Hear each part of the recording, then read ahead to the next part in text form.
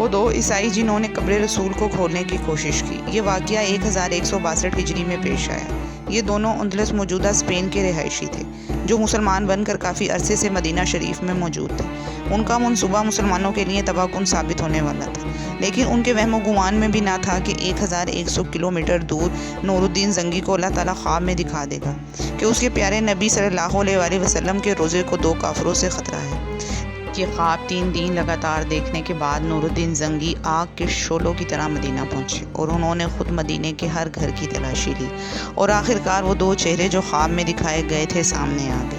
ان کے گھر سے ایک سرنگ ملی جو 3 روز تک روزہ رسول تک پہنچ جانی تھی۔ سردار نور الدین زنگی نے ان دونوں کو گرفتار کر لیا اور مدینے سے باہر جا کر ان دونوں کی گردنیں اڑا دیں۔